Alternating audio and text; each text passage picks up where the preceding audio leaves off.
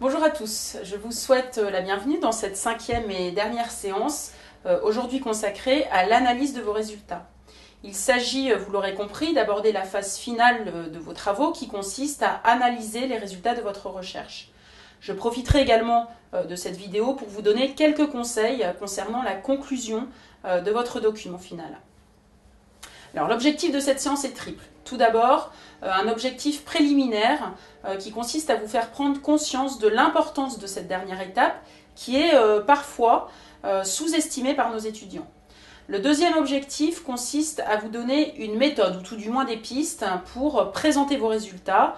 Enfin, le troisième objectif de cette séance est de vous donner quelques ultimes conseils pour la rédaction de la conclusion de votre document final.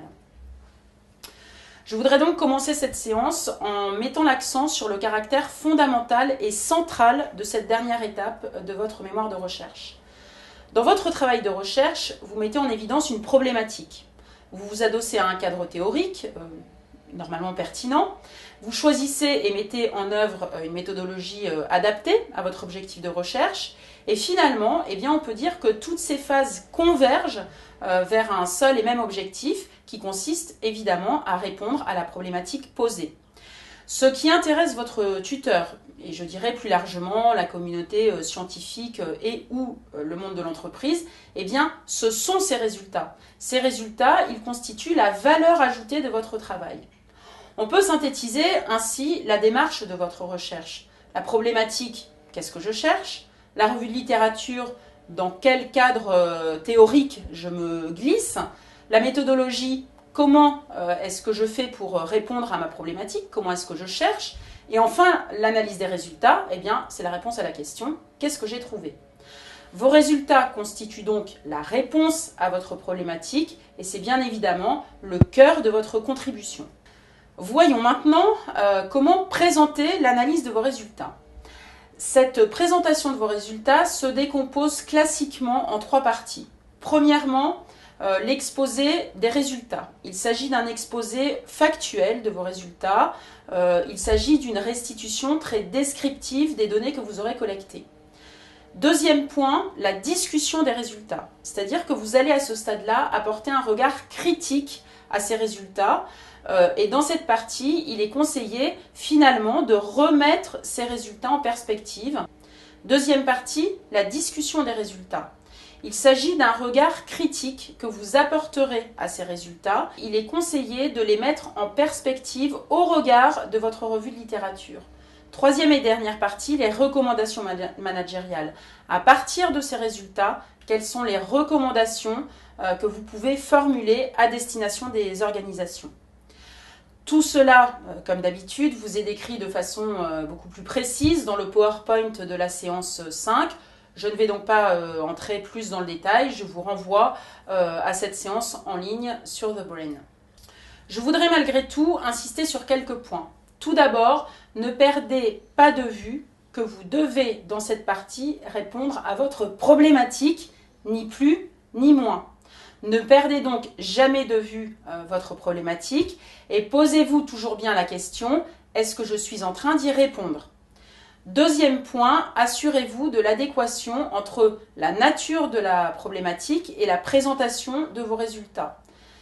Enfin, une fois l'analyse des résultats exposés, soyez conscient que le relecteur de votre travail sera en mesure de juger de la cohérence d'ensemble de votre travail. Cette cohérence, elle peut s'évaluer à plusieurs niveaux. Est-ce que la problématique a une portée théorique et managériale? Est-ce que les cadres mobilisés sont pertinents? Est-ce que la méthodologie retenue est en cohérence avec la nature de la problématique? Est-ce que le terrain mobilisé est bien en mesure d'apporter les réponses à la problématique? Et enfin, est-ce que les résultats apportent bien une réponse à cette même problématique? Enfin, je voudrais profiter de cette dernière séance pour vous donner quelques conseils, quelques pistes pour la rédaction de votre conclusion.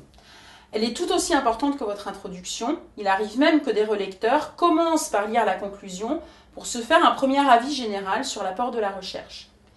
Il s'agit dans cette conclusion de prendre du recul, de faire un point sur la recherche qui a été menée et elle est classiquement découpée en trois sections. les apports, les limites et les perspectives. La partie sur les apports expose ou en tout cas résume les contributions clés de la recherche. Les limites mettent en évidence les contours précis de l'étude. Et enfin, les perspectives proposent de nouveaux horizons de recherche. Par exemple, nous pourrions formuler les phrases suivantes. D'un point de vue méthodologique, le choix d'une méthodologie qualitative nous a permis d'étudier le phénomène en profondeur et de démontrer que blablabla. Elle est en revanche limitée à 2 organisations et à un petit nombre d'individus. Il faut en tenir compte dans l'interprétation des résultats. Les conclusions de notre recherche conduisent à la construction d'un modèle qui pourrait être testé dans le cadre d'une méthodologie quantitative, amenant ainsi une validation statistique de nos résultats.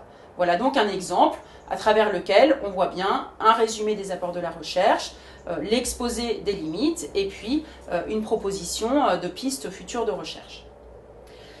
J'en ai terminé avec cette 5e séance. Je mets donc ici le point final aux vidéos qui vous ont accompagné tout au long de votre travail de recherche.